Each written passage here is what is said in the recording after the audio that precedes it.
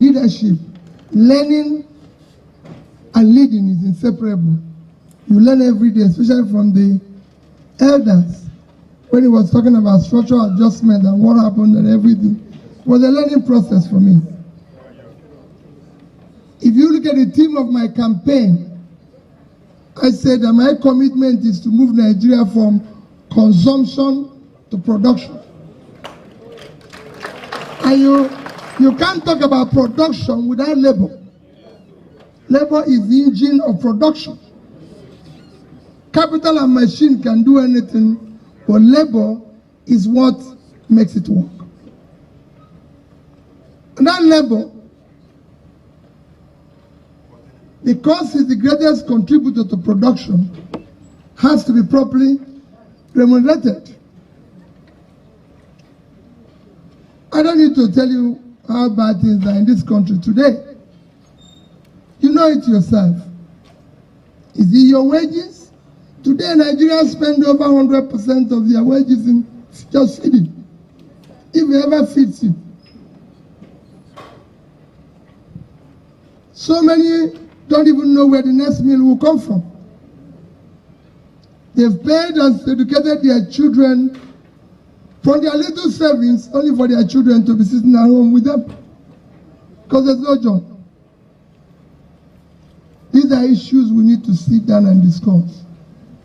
President, nobody can be president without sitting down with the labor and every organization to decide the future of Nigeria. We can no longer have a situation where the leaders are here, the workers are here. They must sit on the same table and talk. That is the beginning of the solution. That is what is happening all over the world.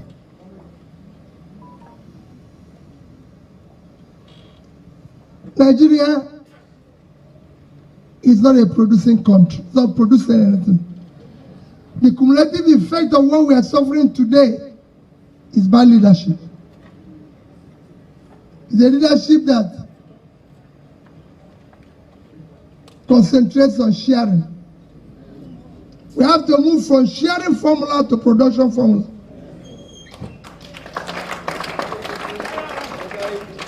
This is a country of 200 million people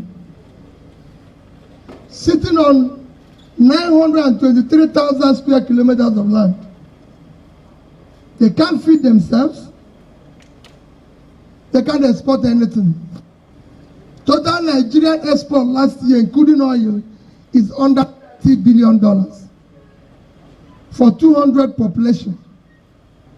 Mr. President, a similar country, not a first world country, not what you can classify a developing country, but a country that had the same trajectory with Nigeria in the year 2000, Vietnam, is sitting on 331 square kilometers of land, a third of Nigerian land space. And with 100 million population, which is half of Nigerian population, their total export last year is $312 billion. So we didn't make 10% of their export. We cannot continue like that. That is why their unemployment and underemployment is under 5%. And our own is sitting about 60%. All our young people in their productive age are not doing anything. So we're going to have a crisis. And that is what Labour and the Labour Party and everybody will sit down to discuss on the future of our country.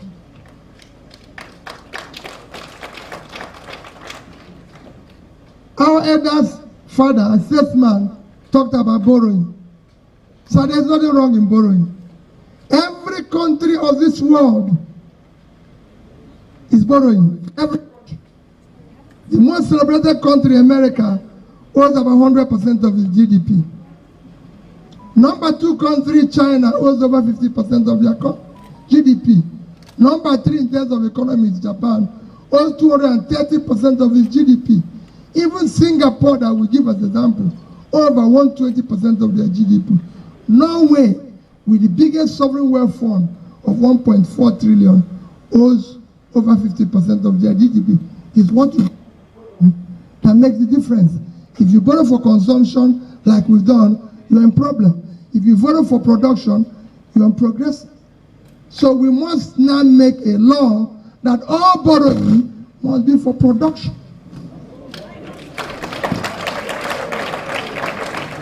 The first time we borrowed money in this country was in 1964. You can go and read the first time Nigeria borrowed money. We borrowed money in September 1964 under Tafa Bolawa. Go and read the letter I wrote to the World Bank to borrow $82 million to build Kainji Dam. And he said it there, that I'm borrowing this money to build 760 megawatts of electricity to be able to give Nigeria nearly 1,500 megawatts in order to increase the industrial productivity of the country. And I told him that you are in the right direction when they approved it. Almost 60 years after, Kainji Dam is still there. Nigeria today, if you look at monetary equivalent of that today, it's about 1 billion. And we are owing 120 billion. Imagine if we had taken 20 of it to build more Kainji dams, we would have been generating 25,000 megawatts of electricity. And that would have, our country today would have been sitting on twice the GDP and twice our per capita, and the difference would have been there. But because it was consumed, we have a debt where we can't service our debt. We are now using over 90% of our revenue to service our debt. And what you hear from government every day is that our revenue to GDP is low. It will be low because they are not working. They are not productive. It is that they pay you taxes and you earn more. We will sit down with labor. It won't be a P2B. We don't want government again that will not sit with the people. Government must sit with the people. I was governor in Anambra State. I sat with the people. I sat with them. That was why I was able to clear the entire gratuity and pension. Because I sat with them.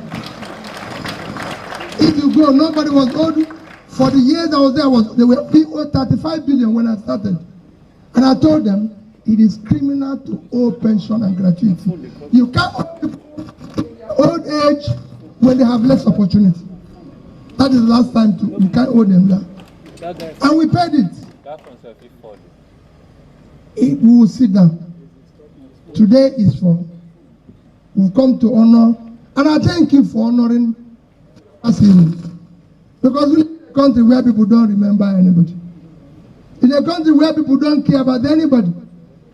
But it's for you to go and know. What I tell people is, there's a lot of us who are contesting to be president today. We have 8 months. Go and scrutinize our past. Let's know where they are coming.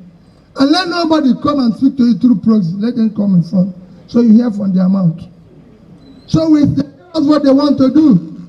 Tell us what they did. Within first 1 month, or first 3 months of my being a governor, go and ask anybody in Anambra State. My head of service walked into my office and said, I have a civil servant who have worked so hard. She's a wonderful woman. She's a fantastic woman. And is the best we have, and is retiring today. I want you as a governor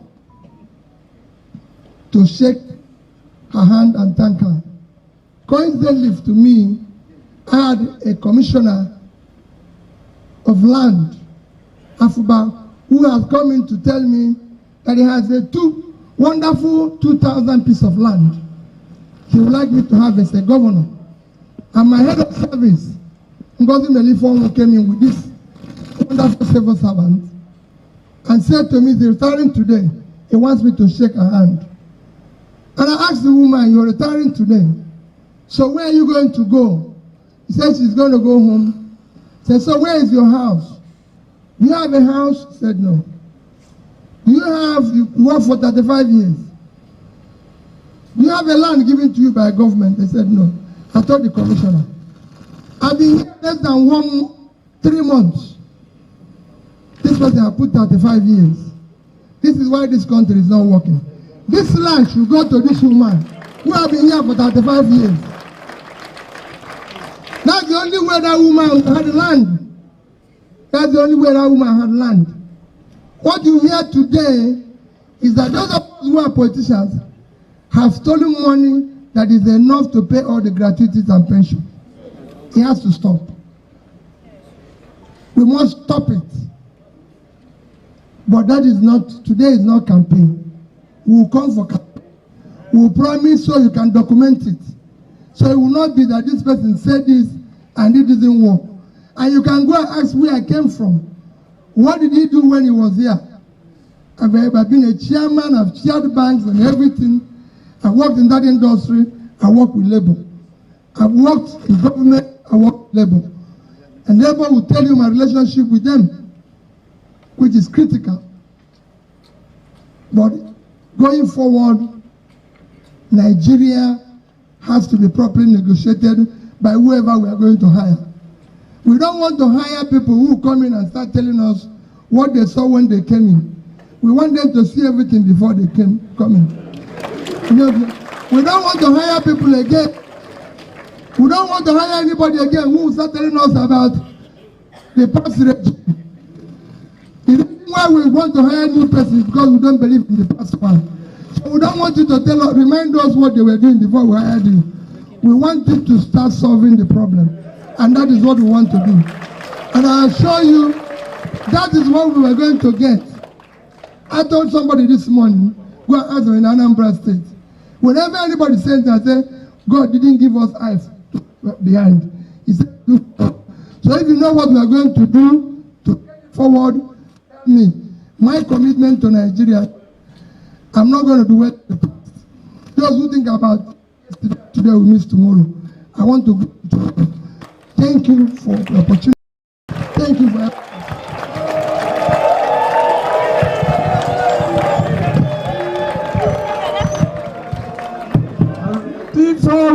forever, solidarity forever, for the union makes us strong.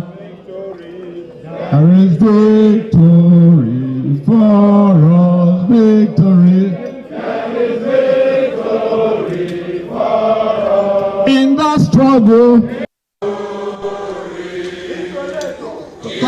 comrades.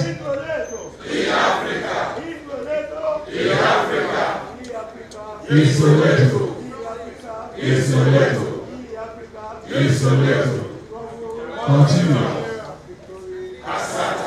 We're only going to respond to His Excellency with the solidarity forever, solidarity forever, solidarity forever, for the union makes us strong. Are people united? Are people united? Thank you, comrades.